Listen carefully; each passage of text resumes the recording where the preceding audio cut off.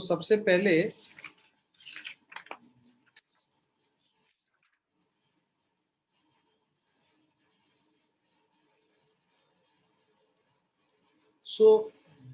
body is moving with body having translational and rotational motion both. ऐसे object जिसमें translational और rotational motion दोनों हैं, उनका हम काइनेटिक एनर्जी कैसे निकालेंगे, एंगुलर मोमेंट कैसे निकालेंगे, उसका थोड़ा फॉर्मूला लिख के और उसको समझ लेंगे कि क्या चीज है.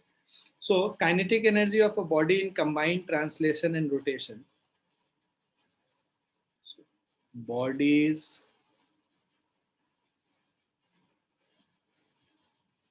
having both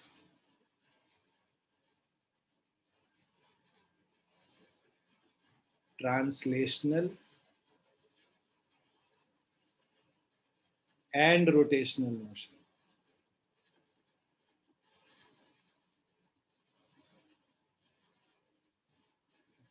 So bodies having both translational and rotational motion. तो अब हम लोग बात करते हैं, पहले काइनेटिक एनर्जी इसका निकालते हैं. ऐसे बॉडी जिसमें कि रोटेशनल और ट्रांसलेशनल मोशन दोनों है, तो अगर इनका काइनेटिक एनर्जी निकालेंगे, so kinetic energy of the whole system is equal to, so kinetic energy K is equal to half into moment of inertia about the centre of mass into omega square plus half into m into v naught square. ठीक है. तो मान लो हमारे पास कोई एक rigid body है. ये rigid body इस पॉइंट अपने सेंटर ऑफ मास के अबाउट ओमेगा एक्सेलरेशन से, ओमेगा एंगुलर वेलोसिटी से रोटेट कर रहा है ना, सेंटर ऑफ मास के अबाउट, और इसका मोमेंट ऑफ इनर्शिया ICM है, और इसका टोटल मास m है, और इसका लीनियर वेलोसिटी v0. तो जो kinetic energy, net kinetic energy होगा, वो रोटेशन के वजह से जो काइनेटिक एनर्जी है हाफ ICM ओमेगा स्क्वायर, और ट्रांसलेशन के वजह से, ट्रांसलेशनल मोशन के वजह से जो काइनेटिक एनर्जी है हाफ mv स्क्वायर, ये दोनों को हम लोग ऐड कर देते हैं. यही अगर हम लोग को एंगुलर मोमेंटम निकालना होगा,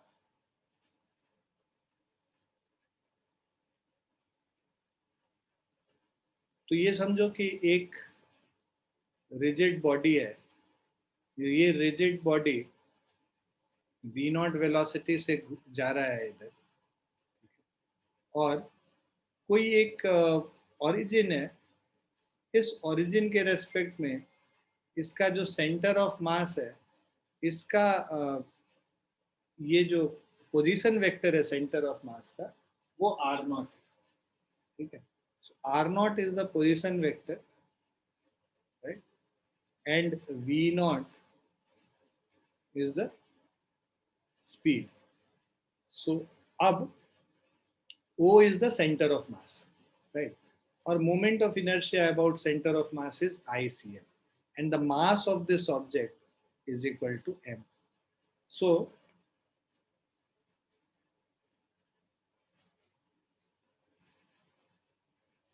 अच्छा, इसमें ना एक और काइनेटिक एनर्जी के लिए ना, अच्छा पहले इसको लिख लेते हैं. तो इसको हम लोग काइनेटिक एनर्जी को एक और फॉर्मूला से लिख सकते हैं, हाफ इनटू, कॉमन ले लोगे तो v0 को हम लोग half ICM plus capital M R square, इसका रेडियस मान लो R स्क्वायर है. ठीक है. जब प्योर रोलिंग हो रहा होता है, तो प्योर रोलिंग के केस में हमें पता है कि v0 is equal to R omega होगा. ठीक है. जब प्योर रोलिंग होता है तो v0 is equal to R omega हो जाएगा. तो यहाँ पे ICM प्लस MR स्क्वायर और ये ओमेगा स्क्वायर कॉमन हो जाएगा. सो ये दूसरा वे है लिखने का, काइनेटिक एनर्जी निकालने का. प्योर रोलिंग जब हो रहा है तब उस केस में v0 is equal to R omega होता है. एंगुलर मोमेंटम जब हम लोग निकाल रहे हैं, तो एंगुलर मोमेंटम जो L होगा, this is equal to angular momentum of center of mass plus m times r0 cross v0. M r cross v particle का एंगुलर मोमेंटम होता है, तो m times r not cross we naught, तो ये जो linear velocity के वजह से जो कंपोनेंट है वो ये हो गया, और जो एंगुलर वेलोसिटी के वजह से जो कंपोनेंट है वो ये हो गया।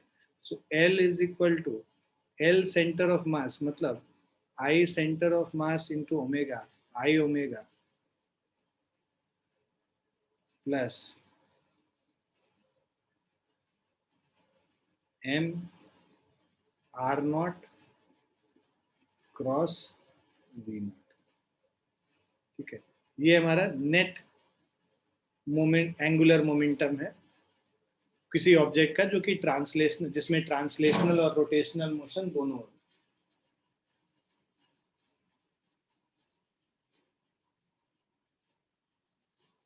ठीक है बच्चों, yes sir.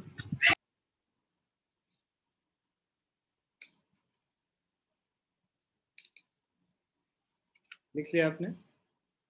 Yes sir. Yes, sir.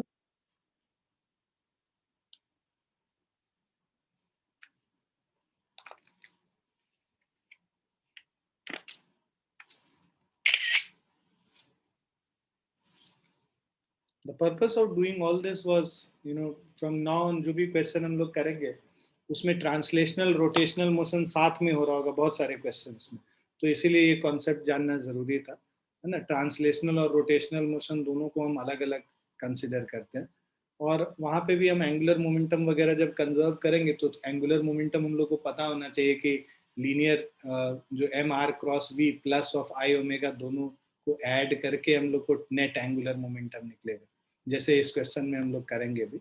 ठीक है, so a uniform rod of mass m and length a lies on a smooth horizontal plane, तो ये हमारे पास एक स्मूथ हॉरिजॉन्टल प्लेन में रखा हुआ है, ठीक है, और इसका लेंथ a है। अब पार्टिकल, सो लेंथ a हो गया, मास m हो गया इसका।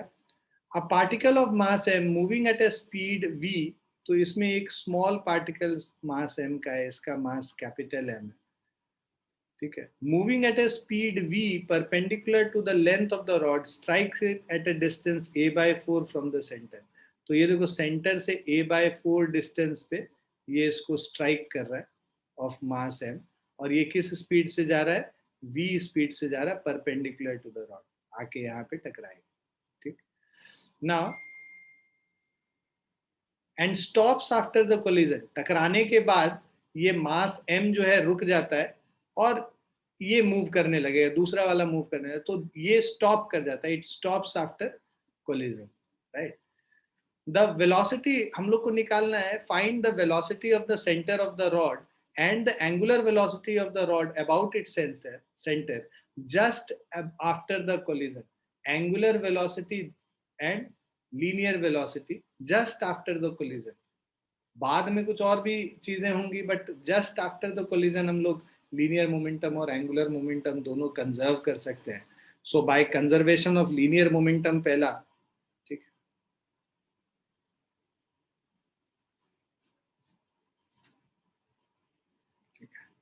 सो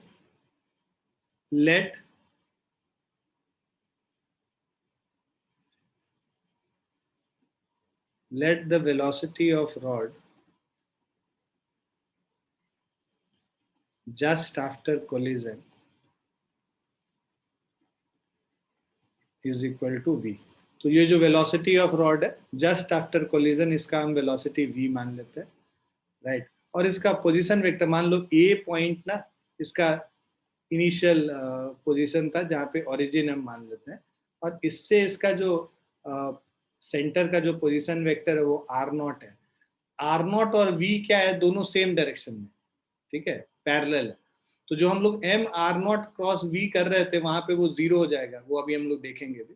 सो let the velocity of rod just after collision is equal to v, capital v, ये स्मॉल वी तो इसका वेलोसिटी है, right, and r naught be angular velocity omega है इसका after the collision. So angular velocity of rod about the center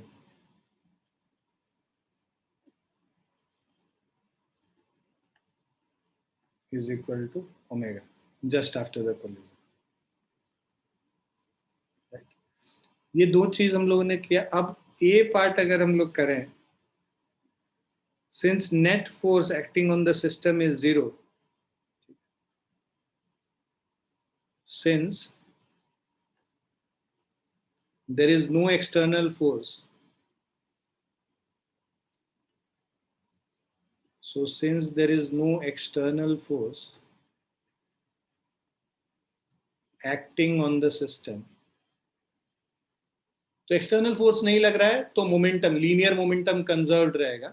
so since there is no external force acting on the system, linear momentum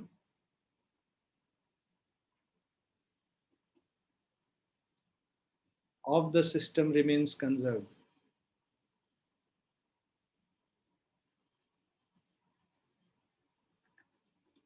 तो linear momentum before the collision is equal to linear momentum after collision. linear momentum before collision कितना है? Rod जो है rest पे था और ये जो पार्टिकल है वो मास m का वो v वेलोसिटी से जा रहा था, तो mv plus capital m into 0, right, is equal to, बाद में ये स्मॉल m रेस्ट पे आ गया और कैपिटल m v वेलोसिटी से मूव करने लगा. तो ये अब कैपिटल V अगर हम लोग निकालेंगे तो this is mv by capital M. So this is your velocity just after the collision. ये फर्स्ट इक्वेशन हो गया. बी पार्ट अब हम लोग करेंगे. सो अब ये देखो, जस्ट बिफोर द कोलिजन इसका एंगुलर मोमेंटम इस पॉइंट के अबाउट अगर निकालना है तो ये जो डिस्टेंस है ये कितना है? a/4 है ना. तो दिस विल बी mvr होता है, ठीक है, किसी पार्टिकल का angular momentum. So angular momentum before collision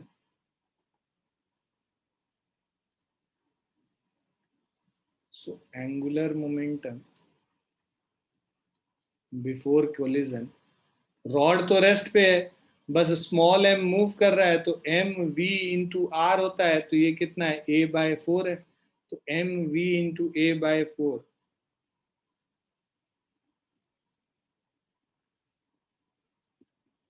ये एंगुलर मोमेंटम बिफोर कोलिजन हो गया. अब एंगुलर मोमेंटम आफ्टर कोलिजन,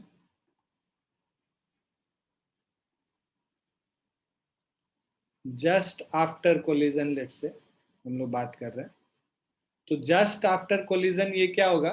हम लोगों ने अभी तुरंत इक्वेशन लिखा था भाई, ICM इंटू ओमेगा. तो just after collision is ICM into omega, या L is equal to, formula पहले लिख के बता दें, LCM plus capital M R0 cross V. अब देखो R0 और V दोनों क्या है? सेम डायरेक्शन में, they both are in the same direction. तो R0 क्रॉस V, RV मतलब क्रॉस प्रोडक्ट मतलब sine of angle between them, because theta 0 degree है तो ये क्या हो जाएगा? This will be equal to 0. So L will be equal to LCM plus of 0. लिख लो, since R0 and V are in same direction, so इसीलिए R0 cross V यहाँ पे 0 हो जाएगा. तो L सेंटर ऑफ मास हो गया. तो angular momentum is equal to I into omega. I centre of mass के अबाउट ml²/12, मतलब ma², sorry, capital M a²/12, ये I हो गया इंटू ओमेगा हो गया. ठीक है, ये थर्ड इक्वेशन, ये सेकंड मान लो इसको. तो फ्रॉम सेकंड एंड थर्ड यहाँ पे लिख रहा हूं. सो अब देखो, बिकॉज एंगुलर मोमेंटम कंजर्व रहेगा, since there is no torque acting on the system, since no external torque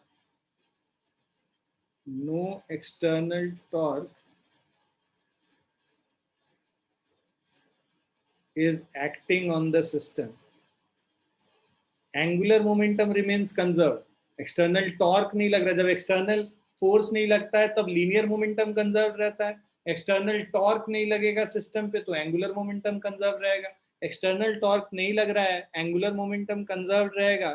तो इनिशियल एंगुलर मोमेंटम मतलब mva/4 जो हम लोग सेकेंड इक्वेशन में देख रहे थे इज इक्वल टू, ये जो सेकेंड इक्वेशन में जो है is equal to capital M into a² omega upon 12. हम लोग को ओमेगा का वैल्यू निकालना है. तो ओमेगा का वैल्यू ये 4 3 टाइम्स कट गया और ये a और एक a कैंसिल हो गया. So omega is equal to 3mv divided by m into a. 3mv into capital M into small m. So this is the angular velocity basically. Clear बच्चों? Yes, sir. Yes, sir.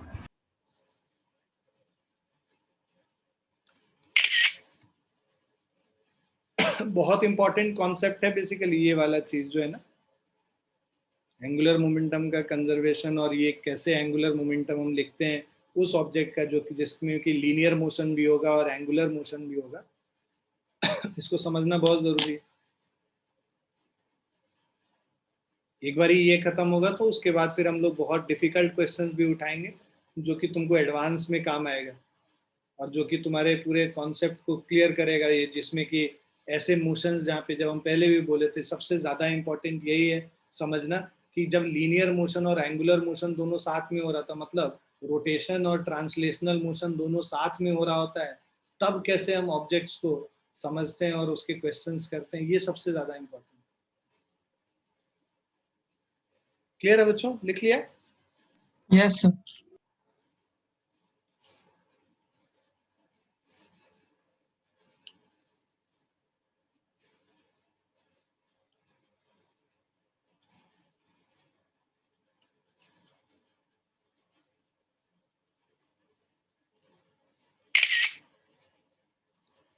Next question पे चलते हैं. अब easy है ये. A wheel of perimeter 220 centimetre rolls on a level road. Perimeter का मतलब 2 pi r is equal to 220 centimetre. तो इससे 2 into 22/7 into radius is 220. Radius is 220 into 7/2 into 22. 22 10 times 70/2 is 35 centimeter. So wheel of perimeter 220 centimeter rolls on a level road at a speed of 9 kilometer per hour. तो इसका जो speed है v is equal to 9 kilometre per hour. तो इसको तो सबसे पहले हम लोग को कन्वर्ट करना पड़ेगा मीटर पर सेकेंड में. अगर कर लेते हैं और इसका रेडियस को ना कर देते हैं मीटर में कन्वर्ट, तो ये हो जाएगा 0.35 मीटर. v को कन्वर्ट करेंगे 9 into 5/18, right. So this is 9 2s, so this is 2.5 metre per second. Velocity निकल गया, r निकल गया. अब ये कह रहा है how many revolutions does the wheel make per second. ठीक है. So number of, so omega is equal to v/r which is 2.5 by 0.35. So this is 25, 250 by 35, 5 7s are 5, 50 times 50 by 7 radians per second. अब number of revolution निकालना है, इसको 2 पाई से divide कर दो. तो 50 divided by 2 pi into 7 revolutions per second. So this will be 50 by 2 into 22/7 into 7 revolutions per second. ये cancel हो गया, ये 25 टाइम्स हो गया. सो this is 25 by 22 revolutions per second. Clear बच्चों? Yes, sir.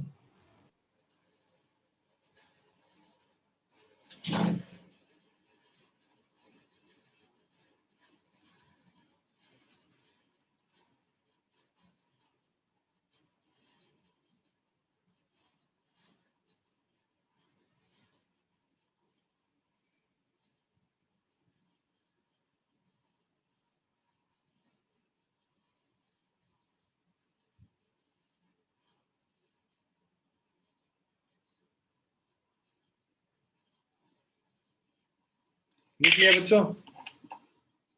Yes, sir.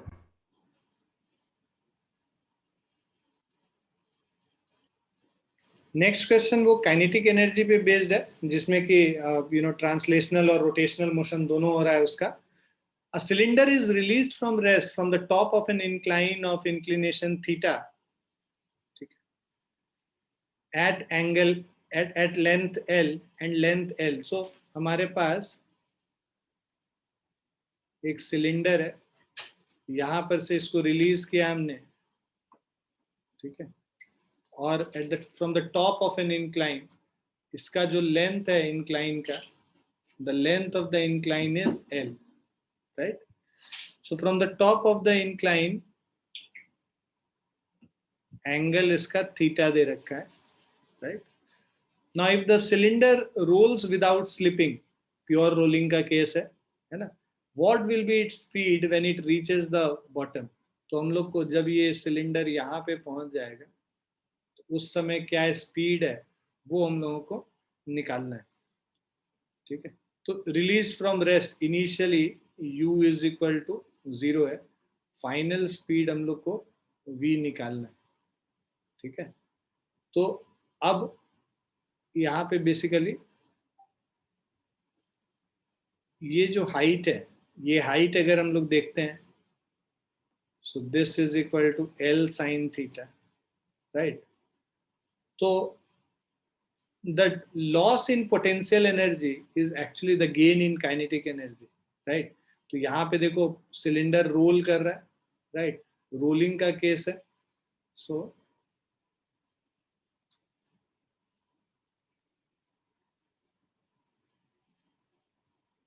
as the cylinder rolls without slipping,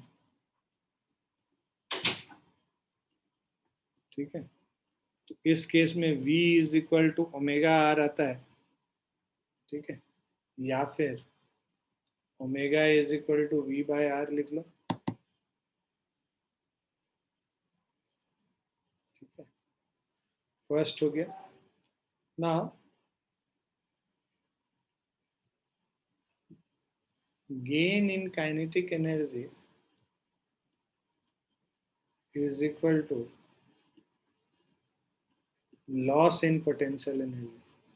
So kinetic energy में क्या gain हो रहा है, half mv square plus half I omega square, ये टोटल काइनेटिक एनर्जी होगा, क्योंकि इसमें रोलिंग हो रहा है तो ट्रांसलेशनल और रोटेशनल मोशन दोनों है, राइट. तो इसीलिए ट्रांसलेशनल काइनेटिक एनर्जी और रोटेशनल काइनेटिक एनर्जी दोनों का sum is equal to loss in potential energy. Height L sin theta है, तो जो लॉस पोटेंशियल एनर्जी में हुआ है that is mgL into sine theta. Clear है बच्चों? अब हम लोग इसको कैलकुलेट करते हैं. ओमेगा का वैल्यू अगर v बाय आर कर देंगे, सो हमारे पास है half mv square plus half, अच्छा ये सिलेंडर है, सिलेंडर का मोमेंट ऑफ इनर्शिया अगर हम लोग निकालेंगे सेंटर ऑफ मास के अबाउट, है ना, आई सेंटर ऑफ मास होता है यहाँ पे, ये जो मोमेंट ऑफ इनर्शिया निकालते हैं ये सेंटर ऑफ मास के अबाउट निकालते हैं. तो हाफ आई सेंटर ऑफ मास हो जाएगा हमारा mr square upon 2, right?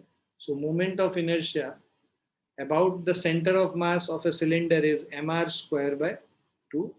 So half mr square by 2 into omega square is equal to mgl sin theta.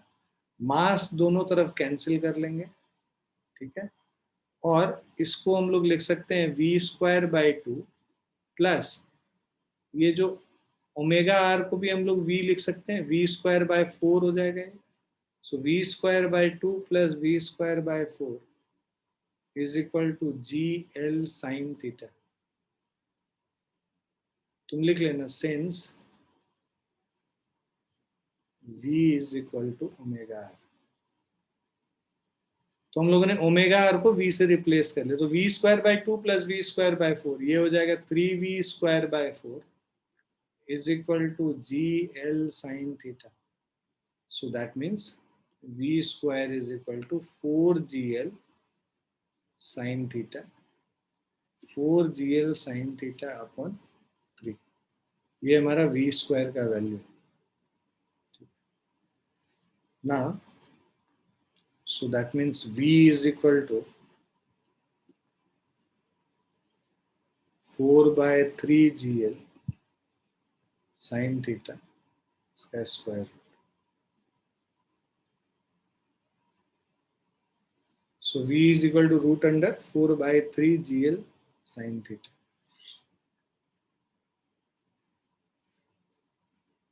यही हमें निकालना था, speed when it reaches at the bottom. Clear है बच्चों? Yes sir.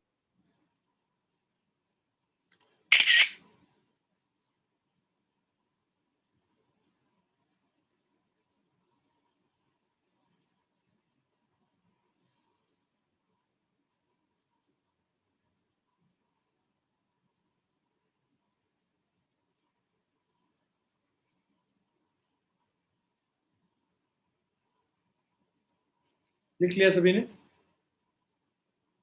Yes, sir.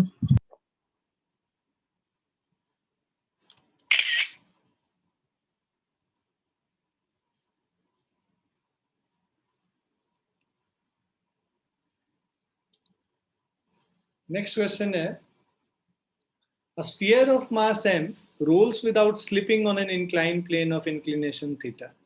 तो हमारे पास एक स्फीयर है जिसका मास m है और ये रोल कर रहा है बिना स्लिप किए हुए on an inclined plane of inclination theta. तो ये हमारा इंक्लाइंड प्लेन, ये इंक्लिनेशन थीटा है और ये हमारा स्फीयर है जो कि इस पे रोल कर रहा है। ठीक है, रोल कर रहा है।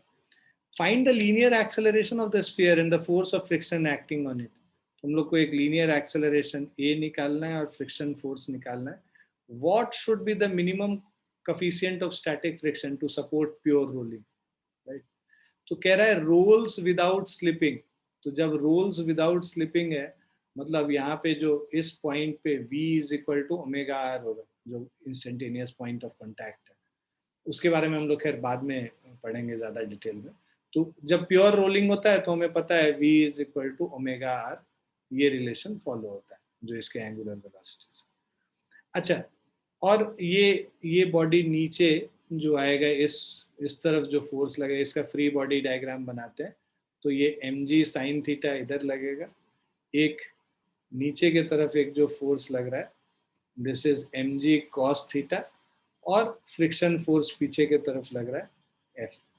ठीक है, सो अब कह रहा है what should be the minimum coefficient of static friction and find the linear acceleration of the sphere and the force of friction acting on it. तो अब हम लोग अगर इसके ट्रांसलेशनल लीनियर मोशन के लिए लिखेंगे और रोटेशनल मोशन के लिए, तो ट्रांसलेशनल मोशन के लिए जब इक्वेशन लिखते हैं तो जब भी रोटेशन में हम लोग बात करेंगे तो ट्रांसलेशनल मोशन के लिए अलग से इक्वेशन लिखेंगे और रोटेशनल मोशन के लिए अलग लिखेंगे। ट्रांसलेशनल मोशन में mg sin theta minus of f along the incline लिख रहे हैं। Translational motion along the inclined plane, along the inclined plane अगर हम लोग लिख रहे हैं तो ये ध्यान दीजिए कि नीचे mg sin थीटा लग रहा है, ऊपर f लग रहा है, और नेट एक्सेलरेशन इसका नीचे की तरफ मान लीजिए a है, तो mg sin theta minus f is equal to m into a। इसके अलावा रोटेशनल मोशन जब हम लोग लिखेंगे, अच्छा प्योर रोलिंग हो रहा है तो v is equal to omega r और a is equal to alpha r, तो alpha is equal to a upon r हो जाएगा, alpha is equal to a upon r हो जाएगा। सो रोटेशनल मोशन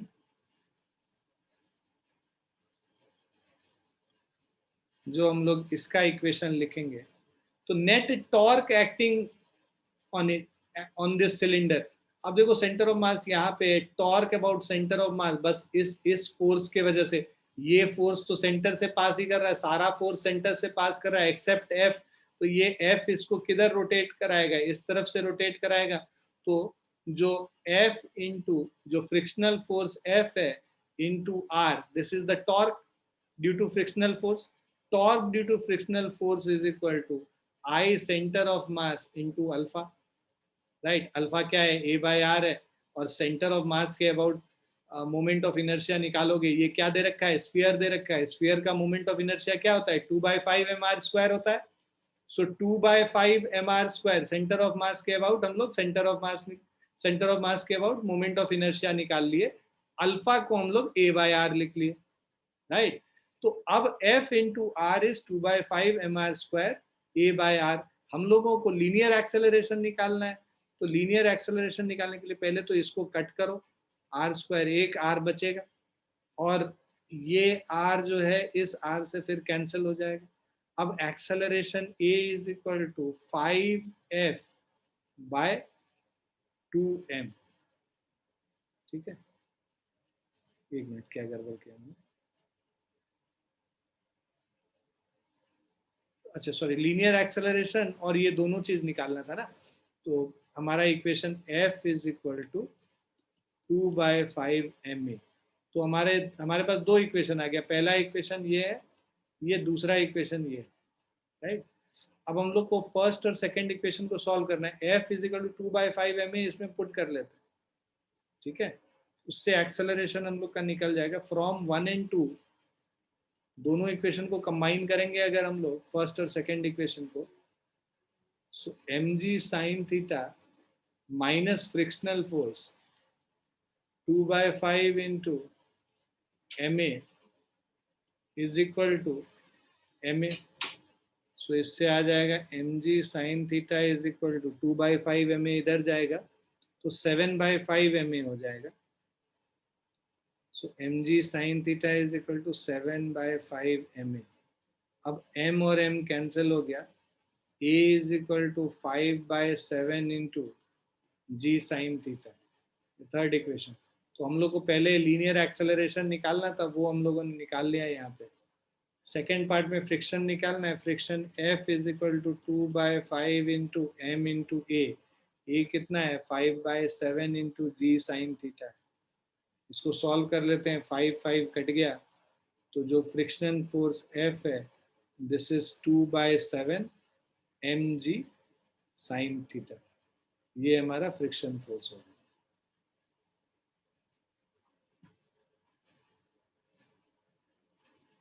थर्ड पार्ट में तुमसे पूछ रहा है what should be the minimum coefficient of static friction to support pure rolling. तो ये जो स्टैटिक फ्रिक्शन एफ है, तो mu m g should be greater than this, ये तो मिनिमम तुमको चाहिए, right.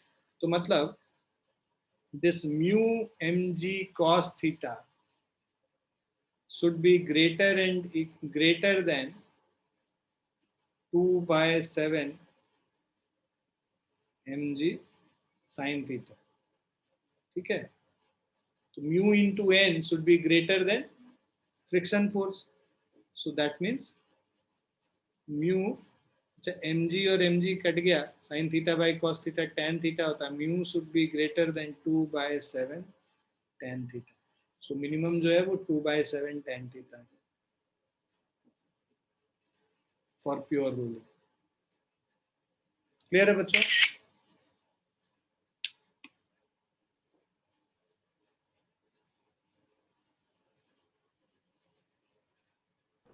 Yes, sir.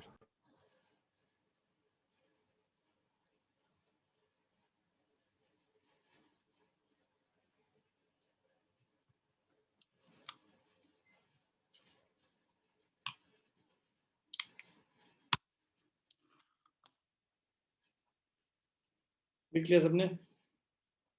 Yes, sir.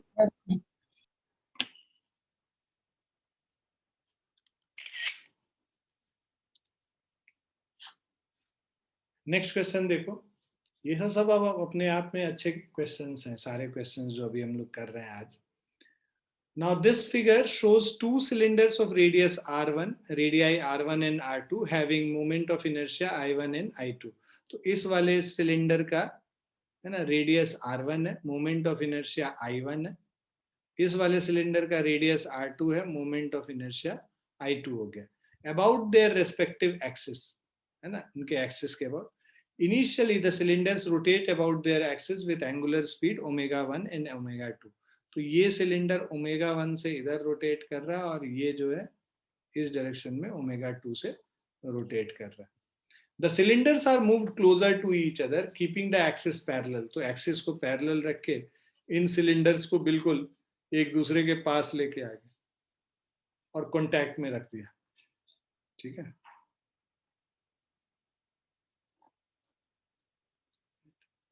अब ये इधर रोटेट कर रहा है ओमेगा 1 से और ठीक है ना, ओमेगा 1 से इधर रोटेट कर रहा है और ये जो है इधर रोटेट कर रहा है ओमेगा 2 से.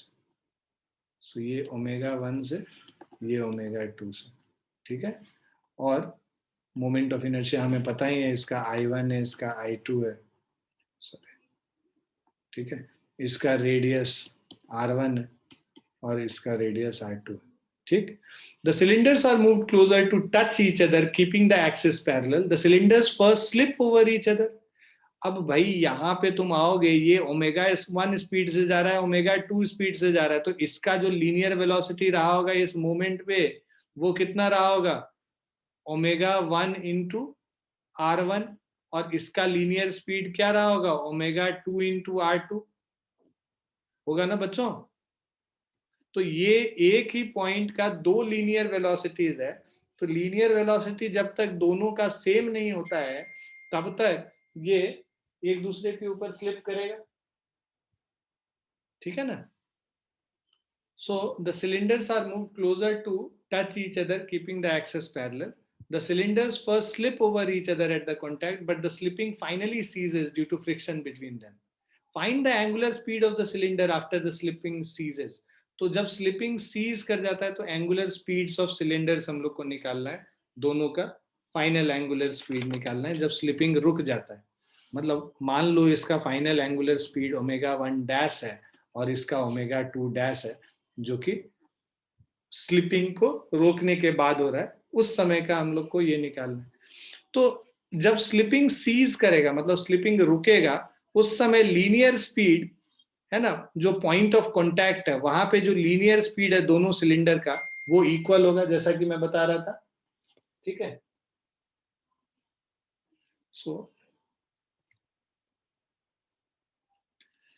so when slipping ceases,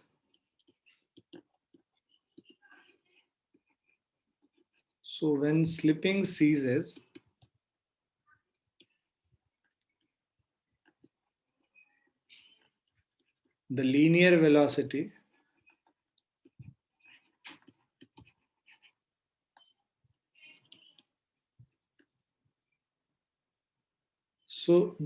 velocity of both the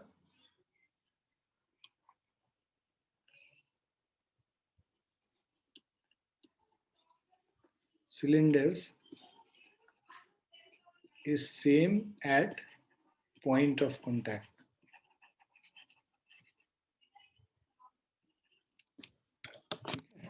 So the linear velocity of both the cylinders is same at the point of contact. ठीक है. तो अब इसका मतलब क्या हो गया, लीनियर वेलोसिटी सेम है, एंगुलर वेलोसिटी जब सीज कर रहा है तो ओमेगा 1 डैश और ओमेगा 2 डैश है. ठीक है. When slipping ceases let the angular velocities be omega 1 dash. So when slipping ceases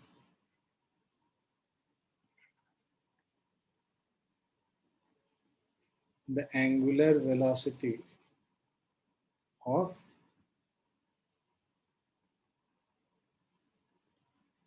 the spheres are omega 1 dash and omega 2 dash.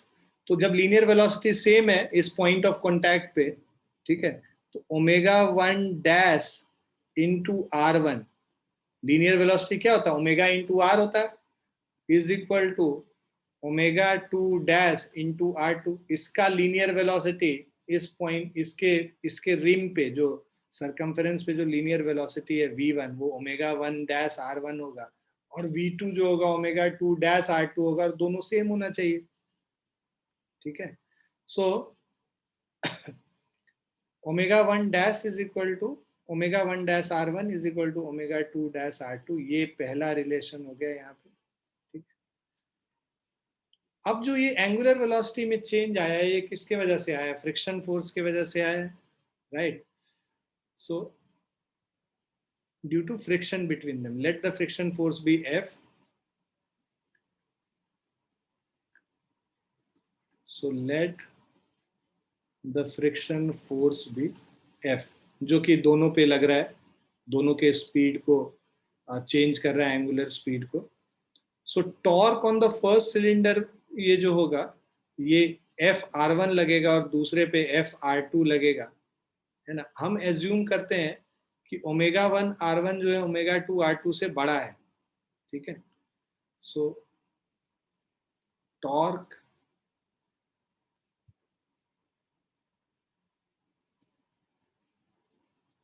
on the cylinders is equal to F into R1 and F into R2, ये दोनों torque लग रहा है।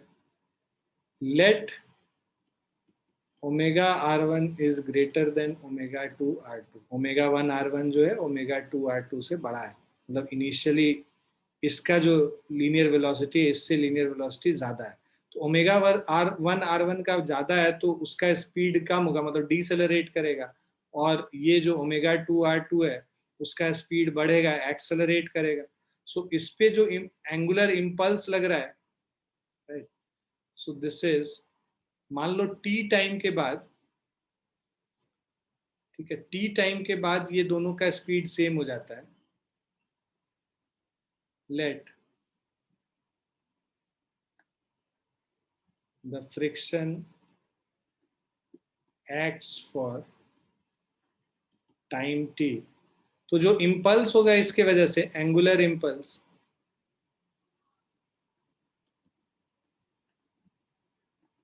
भाई F1 वाले पे तो negative direction में होगा क्योंकि उसके स्पीड को कम करना है।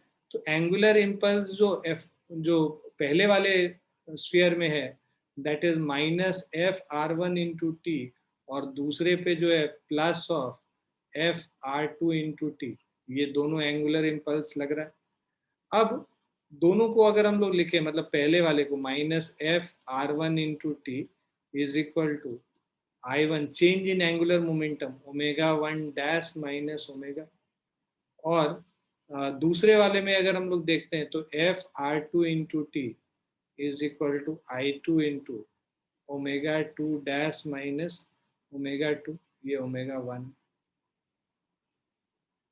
Change in angular momentum is angular impulse basically. तो उससे हमारा ये आता है, angular impulse change in angular momentum हम लोग कर रहे हैं, ये हमारा इक्वेशन। अच्छा, we know that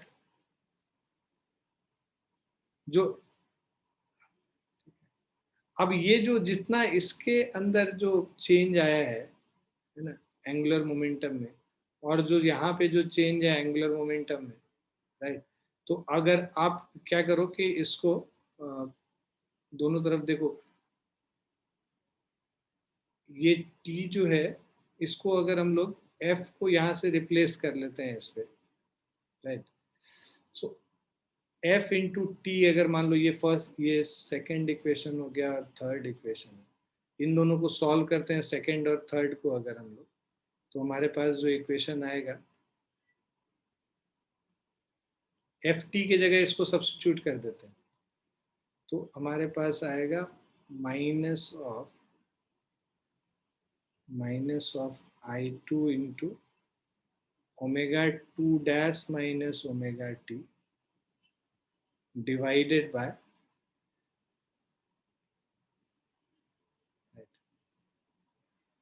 R2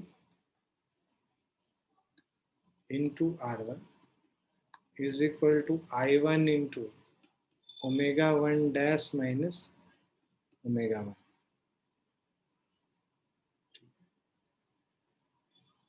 So this will give us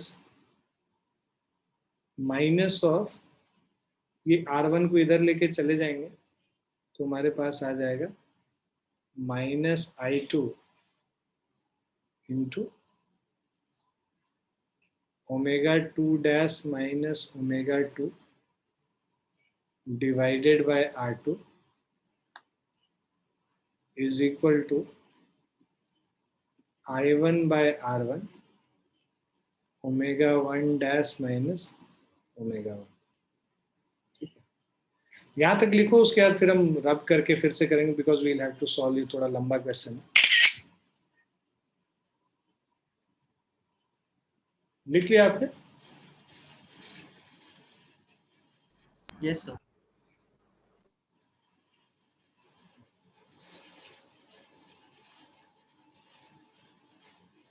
तो अब हमारे पास जो पहला इक्वेशन था, I just right first equation. First equation was omega 1 dash R1 is equal to omega 2 dash R2. This is your first equation. Second equation which we got was minus of I2 upon R2 omega 2 dash minus omega t is equal to I1 upon R1 omega 1 dash minus omega 1. This is our second equation. Now we have to find, using these two equations, we have to find omega 1 dash and omega 2 dash. अब आप क्या करो, तो मान लो omega 1 dash पहले हम लोग निकालते हैं, तो इसको ओमेगा 2 डैश को हम लोग रिप्लेस कर सकते हैं फ्रॉम 1 and 2। इसको सब्स्टिट्यूट करोगे, यहाँ से ओमेगा 2 डैश कितना आ जाएगा, omega 1 dash R1 upon R2, ये हो जाएगा। इसको रिप्लेस कर लो यहाँ पे सेकेंड इक्वेशन में। So from 1 and 2 we have minus I2 upon R2। omega 2 dash means omega 1 dash R1 upon R2 minus of omega 2, right, is equal to I1 upon R1 omega 1 dash minus omega 1। अब ये omega 1 dash के सारे terms को एक तरफ लेके जाएंगे, so we'll have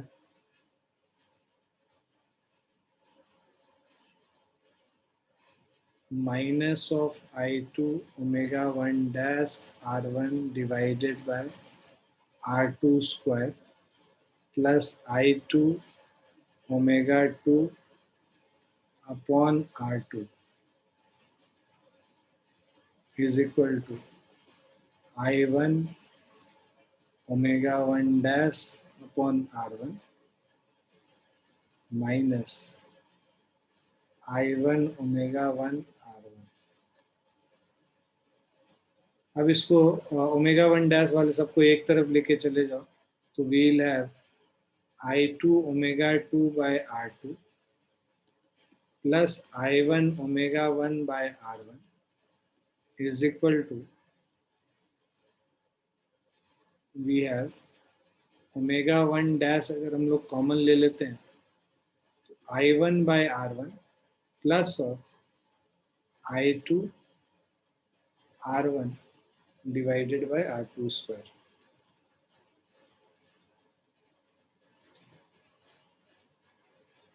सो अब इसको हम लोग को सॉल्व करना है।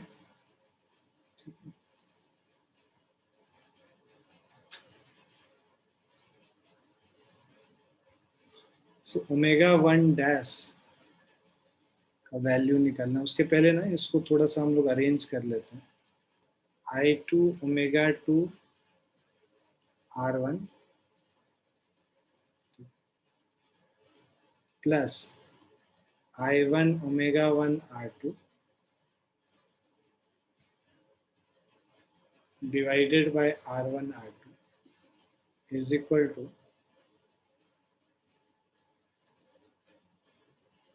omega 1 dash R1 square I1 R2 square plus I2 R1 square divided by R1 R2 square. अब देखो R1 R2 और ये कट गया, यहाँ पे R2 बचा। सो इससे हम लोग लिख सकते हैं ω1 is equal to I2 ω2 R1 plus, basically mathematics है, फिजिक्स खत्म हो गया जितना था, I1 R2 square plus I2 R1 square into R। इसी तरह से अगर तुम सॉल्व करोगे ω2 वाला, ω2 ω1 R1 बाय R2, तो इसी में this is equal to I2 ω2 R1 plus I1 ω1 R2 divided by I1 R2 square plus I2 R1 square into R1। Clear है बच्चों?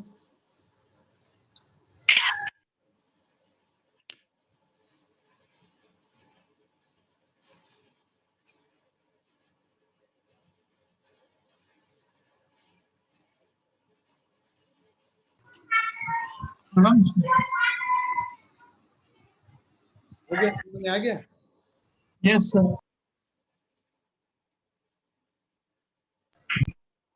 Yes, sir. प्लीज लिख लो इसको।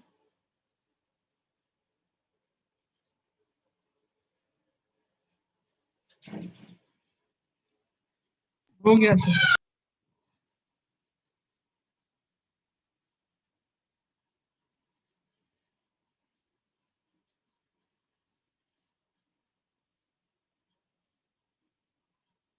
सबने लिख लिया? हाँ सर लिखे। Yes sir.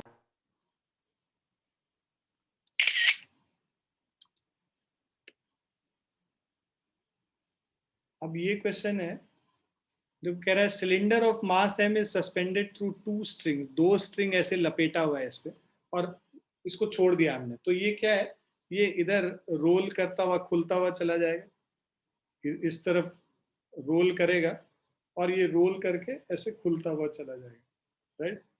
So a cylinder of mass m is suspended through 2 strings wrapped through it as shown in the figure. Find the tension T in the string and the speed of the cylinder as it falls through a distance h. तो देखो सबसे पहले तो मान लो यहाँ पे हो क्या रहा है, ये स्ट्रिंग क्या है जहाँ पे इधर से ऐसे अगर हम लोग देखें, ठीक है, सो ये हमारा सिलेंडर साइड से अगर हम देख रहे हैं, स्ट्रिंग ऊपर की तरफ ये टेंशन T लगा रहा है, ठीक है, और ये mg नीचे इधर लग रहा है। इस पॉइंट ऑफ कांटेक्ट पे ये स्ट्रिंग क्या है, बेसिकली इस पॉइंट ऑफ कांटेक्ट पे there is no motion which is happening, ये रेस्ट पे है। तो यहाँ पे क्या होगा, प्योर रोलिंग का केस है ना? प्योर रोलिंग का केस में v is equal to omega R या a is equal to alpha R का रिलेशन हम लोग यहाँ पे लिख सकते हैं। सो अब ट्रांसलेशनल मोशन अगर हम लोग पहले देखें, तो मान लो ये नीचे एक्सेलरेट कर रहा है ए एक्सेलरेशन से और इसका एंगुलर एक्सेलरेशन अल्फा है, तो a is equal to alpha into r हो जाएगा। प्योर रोलिंग का केस है। So since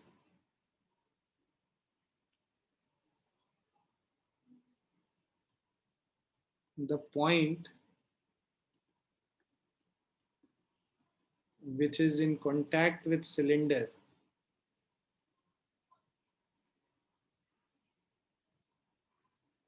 so point of string which is in contact with cylinder is at rest, hence pure rolling occurs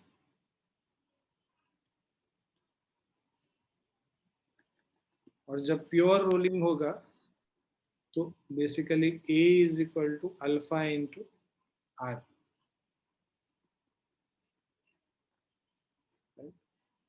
तो इससे अब पहले हम लोग ट्रांसलेशनल मोशन का इक्वेशन अगर लिखते हैं, सो ट्रांसलेशनल मोशन में दो फोर्स T ऊपर लग रहा है t प्लस टी 2t और mg नीचे लग रहा है, एक्सेलरेट नीचे कर रहा है, तो mg minus 2t is equal to ma।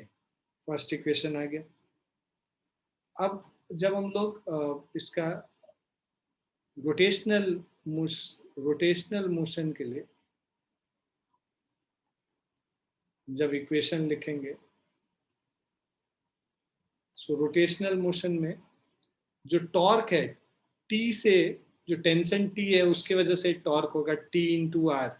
दो टेंशन टी 2t लग रहा है, तो t into r plus t into r is equal to I into alpha. Centre of mass के about moment of inertia, because ये cylinder m r square by 2 होता है, so 2tr is equal to m r square by 2 into alpha. Alpha को हम लोग a bye r लिख सकते हैं। सो ये देखो, ये एक r और ये r कैंसिल हो गया, ये r और ये r कैंसिल हो गया। So tension t is equal to M A upon 4, ये सेकेंड इक्वेशन, राइट। तो अब इसको यहाँ पे रिप्लेस कर दो, फ्रॉम 1 इन 2। सो फर्स्ट और सेकेंड इक्वेशन को कंबाइन कर देते हैं, टेंशन का वैल्यू एम ए बाई 4 उसमें डाल देंगे, तो एम जी माइनस 2t मतलब 2t मतलब एम ए बाई 2 हो गया, is equal to M a, right. और m g is equal to M a plus m a by 2, तो ये हो गया 3ma/2। तो m g is equal to 3ma/2 हो गया, और m और m cancel, acceleration a is equal to 2g/3। तो एक्सेलरेशन 2g/3 हो गया, और टेंशन t अगर हम लोग को निकालना है ma/4 है, तो मतलब mg/6 हो जाएगा। टेंशन t निकल गया। अब हम लोग को क्या निकालना है, फाइंड द टेंशन t और स्पीड ऑफ द सिलेंडर। तो अब स्पीड देखो, हम लोगों ने इसको रेस्ट से छोड़ा है, तो जो स्पीड होगा, final speed v is equal to u plus at, या v square is equal to u square plus 2as। तो v square is equal to initial speed 0 हो जाएगा, 2 इंटू एक्सेलरेशन a मतलब 2g/3, और हाइट h है, तो v square is equal to 4gh/3, v is equal to root under 4gh/3, ये speed हो। Clear है बच्चों? Yes, sir. Yes, sir. चलो इसको लिख लो, और 2-3 क्वेश्चन रह गया है। और तुम लोगों ने कहाँ तक किया वो अनसॉल्व क्वेश्चन जो मैंने बोले थे? मेरे ख्याल से बस अमृत ने मुझे भेजा था, जो कितने 2 क्वेश्चन भेजे हैं अमृत तुमने? हाँ सर। हाँ ठीक है, वो क्वेश्चन ले लेंगे। और कुछ क्वेश्चंस मुझे भी कराने हैं तुम्हें, और जो प्योर रूलिंग वाले 2-3 क्वेश्चन इसमें भी रह गए हैं अभी, 3 ये 2 5, और कुछ और क्वेश्चंस लेके कल का क्लास हम लोग इसको फिनिश कर लेंगे। बेसिकली थोड़ा और हमको पढ़ाना है रोटेशन में। अभी ऐसे भी हम लोग ग्रेविटेशन कर रहे हैं, उतना ज़्यादा इम्पोर्टेंस नहीं रखता है ग्रेविटेशन, अगर हम आईआईटी के टर्म्स में बात करें, तो इस पे थोड़ा और वर्क करेंगे 1 वीक और। लिख लिया सभी ने? Yes, sir. तुम लोग काम कर नहीं रहे हो। तुम लोग कितने लोग बनाए हैं अभी? जो मैंने बताया था 40 क्वेश्चन दिया था, 50 दिया था? 50 था। कितने लोगों ने किया है 50 क्वेश्चन तक? सर 30 तक किया है। आदि भाव तुम भी, मुझे तो लगा तुम बोलोगे सर अगला चैप्टर भी कर लिया है, आप तेजी से पढ़ा ही नहीं रहे। हाँ सर वो दुनिया में बहुत प्रेशर आएगा आदि भाव, उससे आगे बढ़ना है हम लोग को, प्रेशर में बॉक डाउन नहीं होना है, ठीक है? टाइम मैनेज करना है, हाँ सर। सर अभी तो मुझे लाइक केवीपीवाई की चिंता है, क्योंकि उसके फिटजी की वजह से उसकी क्लास वास भी मिस हुई है, तो उसमें पूरा हफ्ता ज़्यादातर वही कर रहा हूँ। हाँ, तो वो जो क्लास तो हम अपलोड भी कर दिए थे जानबूझ के, इसलिए केवीपीवाई का हाँ सर, वो तो हो गया। मुझे लाइक उसकी है, मैथ्स की करनी है, सर्कल्स की। मैंने सर को कहा है एक्स्ट्रा क्लास का भी एक ले लें उनके पास जब भी टाइम हो। हाँ वो ले लेंगे, तुम बता देना हमको, नहीं तो फिर अंकित जी को फोन कर देना, वो करा देंगे क्लास। ठीक है सर। ठीक है, हम्म, नहीं होता है हमको मैसेज करना। ठीक है सर। चलो मन लगा के पढ़ो तुम लोग, खूब आगे काम करो। कितने लोग क्या ट्राई भी किए हैं कि नहीं? अमृतराज किया, आदिभव किया, अनुराग तुमने किया है? सर 20 तक हो गए हैं सारे। भाई आगे करना है, 50 तक करना है हम लोग को, है। Okay sir. और इधर दिव्यांशी,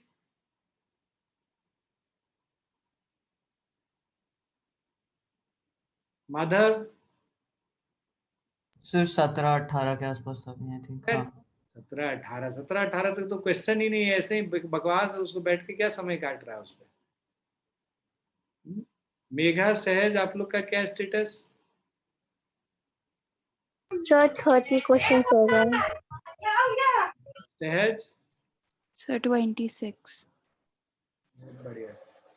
वेदांश, सर 20। सबको पिटाई चाहिए भर पेट, है ना। भर पेट पिटाई लगेगा, अपने आप सही हो जाओगे तुम लोग। ऐसे आईआईटी होगा 20 क्वेश्चन करके एचसी वर्मा का। एचसी वर्मा के आगे भी तो बढ़ना है कि एचसी वर्मा पे ही रहना है?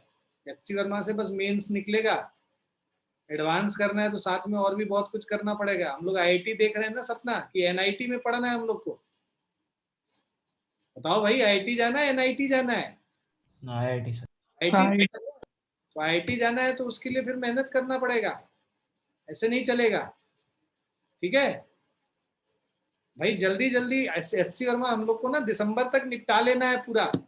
दिसंबर तक अगर हम निपटाएंगे तभी तो जनवरी फरवरी मार्च में एडवांस का रगड़ेंगे। आ रहा समझ में? Yes sir. हाँ चलो, बहुत बढ़िया, बढ़िया से तैयारी करो, और थोड़ा और समय दो तुम लोग, और जोश में आओ अब। चलिए, bye and take care everyone. Thank you sir. Thank you sir. Thank you.